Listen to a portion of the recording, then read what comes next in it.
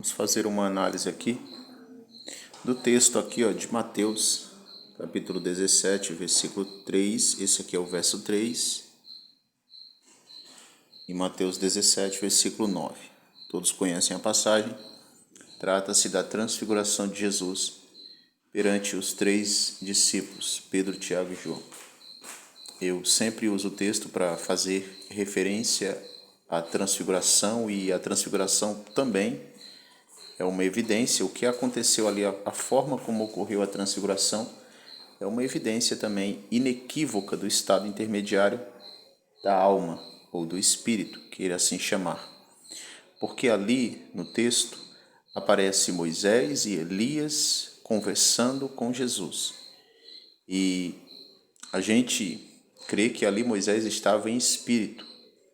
Há duas formas de tentar negar que Moisés ali estava em espírito.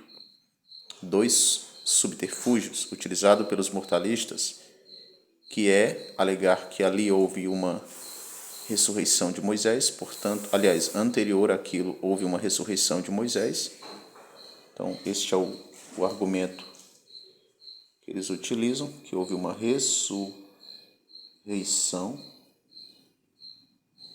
ressurreição, ou alegar que ali foi uma visão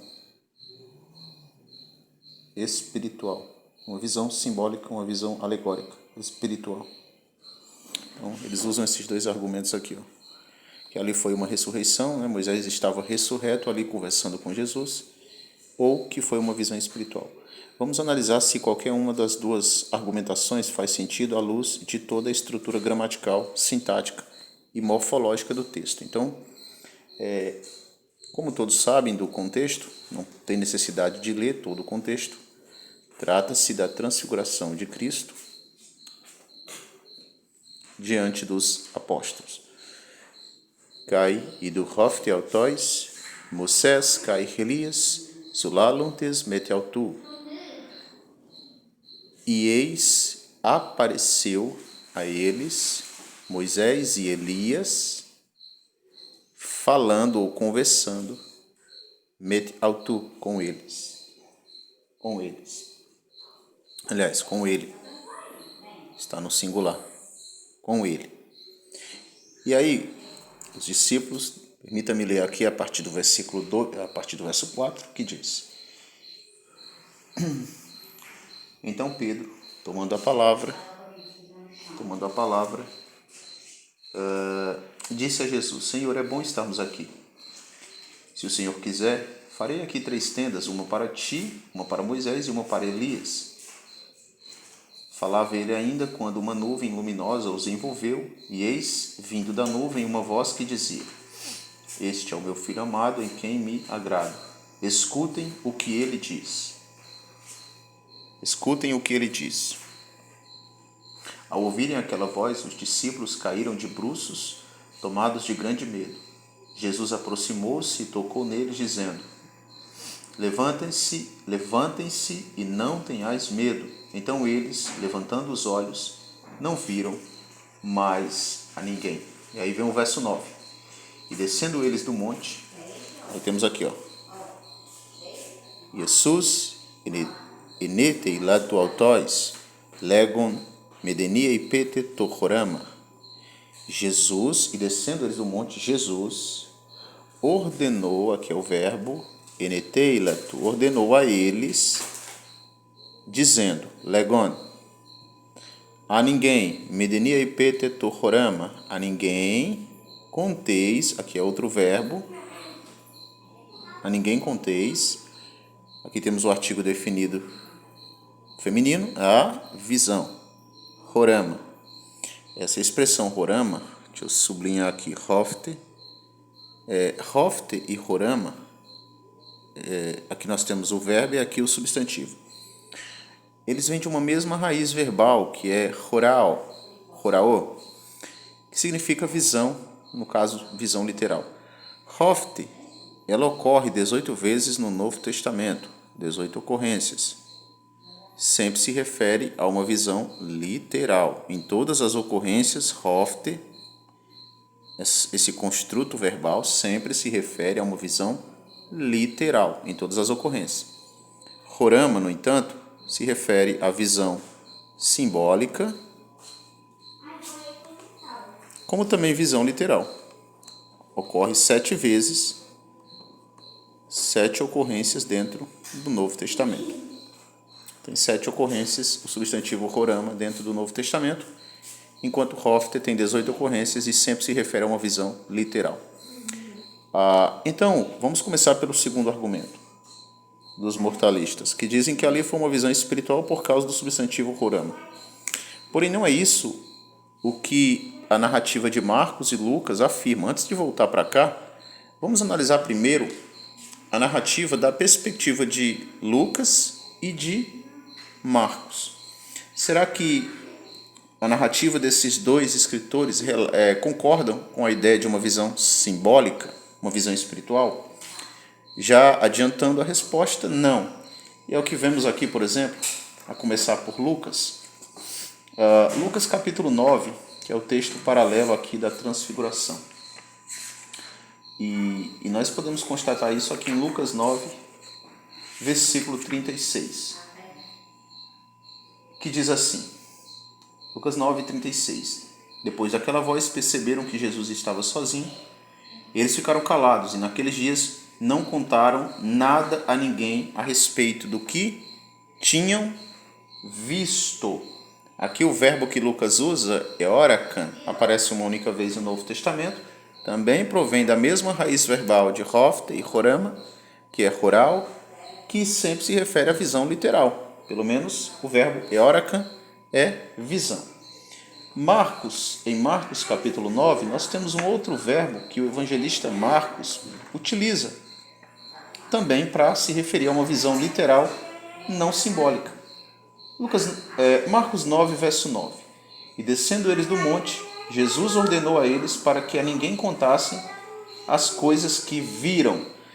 Marcos utiliza o verbo eidon, que aparece 76 vezes dentro do Novo Testamento e sempre se refere a uma visão também literal. Portanto, o testemunho de Lucas e Marcos depõe contra uma possibilidade de uma visão espiritual.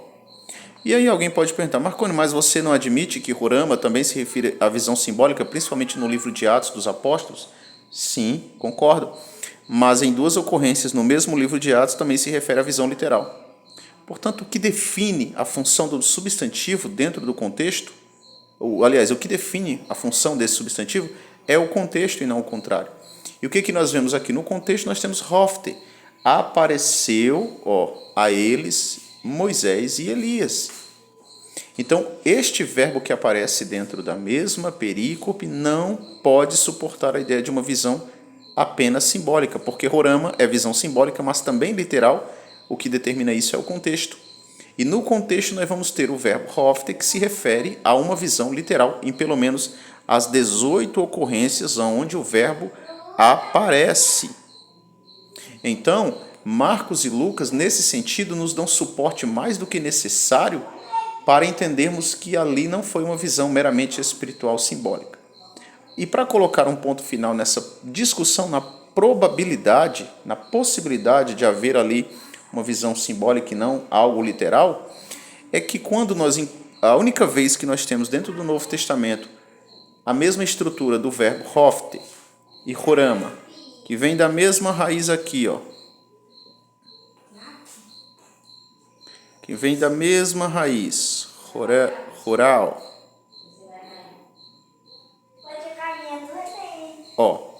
que vem da mesma raiz rural, a única vez que nós temos essa expressão dentro do grego, sendo que vem da mesma raiz, é em Atos, capítulo 7, verso 30 e 31. Pronto. É a única vez dentro do Novo Testamento que nós vamos encontrar, de fato, a mesma estrutura, tanto com o verbo Hofte, como com o substantivo Horama, que vem de rural. Então, a única vez que aparece a mesma estrutura vai apontar para uma visão também literal, real. Vamos ler aqui, Atos capítulo 7, verso 30 e 31. E sendo completados os 40 anos, apareceu, aí nós temos esse verbo aqui, hofte, olha só, apareceu a ele, a Moisés, no monte Sinai, um anjo em chama de fogo numa sarça ardente. E Moisés, vendo, estava maravilhado com a Rorama, a visão. E aproximando-se para observar, ouviu a voz do Senhor. Enfim, nesse mesmo texto de Atos 7, 30 e 31, nós temos tanto o verbo hofte, no verso 30, como o substantivo, no verso 31, Rorama. Então, esse construto aqui ocorre também em Atos e prova uma visão literal, não simbólica. Portanto, o que Moisés, ninguém seria louco para dizer que Moisés ali não teve uma visão literal da sarça ardente do anjo do Senhor falando com ele. É óbvio que foi uma visão literal. Ninguém diria que ali foi simbólica, espiritual, né? Todos admitem ali que foi uma visão literal. E, portanto, nós temos a mesma estrutura em Atos 7, 30 e 31. Então, Rorama não pode estar isolado dentro do contexto quando nós temos o verbo que precede ele, hofte, que sempre se refere à visão literal, a algo contemplativo, a algo real, a uma visão, a uma experiência realística e não a uma visão meramente simbólica, alegórica, espiritual. Então, portanto, antes de determinarmos o sentido de Rorama, devemos entender hofte, e porque vem da mesma raiz. Então, se vem da mesma raiz, tanto o substantivo quanto o verbo tem que estar dentro do mesmo contexto sintático e também morfológico para tomarmos alguma pressuposição para defender isso aqui, a visão espiritual. E nesse caso, o único texto em que nós vamos encontrar a mesma estrutura vem de Atos 7, 30 e 31, que prova o contrário do que os moralistas ensejam defender. Agora, vamos para o primeiro argumento. Moisés estaria ali ressurreto? Obviamente não. Por que não? Porque em Atos 20 e 26 diz que Jesus é o primeiro da ressurreição dos mortos. Em 1 Coríntios 15, verso 21 a 23, fala que Cristo é o primeiro da ressurreição dos mortos, ou seja, o primeiro na linha daqueles que nunca mais, na linha cronológica daqueles que nunca mais provaram a morte, porque terão corpos glorificados, incorruptíveis. Cristo é o primeiro. Ele é chamado de a primícia dos que dormem, o primeiro fruto, né? Substantivo primícias, está no singular, primeiro fruto. E também nós temos em Colossenses 1,18 o primogênito dentre os mortos, o protótocos, o primeiro nascido dentre os mortos para não ver mais a morte. Então, quanto à ideia, a possibilidade de Moisés ter ressuscitado antes de Cristo é nula. Hebreus 11 diz que Moisés morreu também esperando a promessa sem ter alcançado ela. O livro de Deuteronômio é claro, é muito enfático quando diz que Moisés morreu nos montes, na terra de Moabe. E em Josué capítulo 1, verso 1, diz que depois de 30 dias do pranto à morte de Moisés, Deus torna a se comunicar com Josué e diz as seguintes palavras: o meu servo Moisés é morto. Toma o povo de Israel e passa adiante. Agora, a dedução de que ele teria ressuscitado por causa do texto de Judas 1,9, quando o arcanjo Miguel disputava com Satanás acerca do corpo de Moisés, é uma dedução uma especulação, uma hipótese sem nenhum fundamento bíblico, porque isso negaria aquilo que a Bíblia está descrevendo.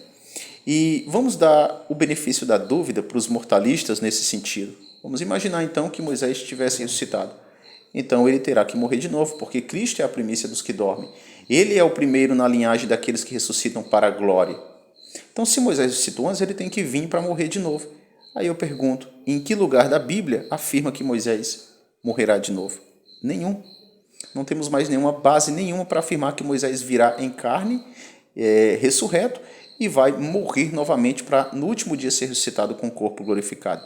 Ora, portanto, essa interpretação de que Moisés estava ali ressurreto é espúria, pífia e inconsistente à luz de toda a revelação bíblica.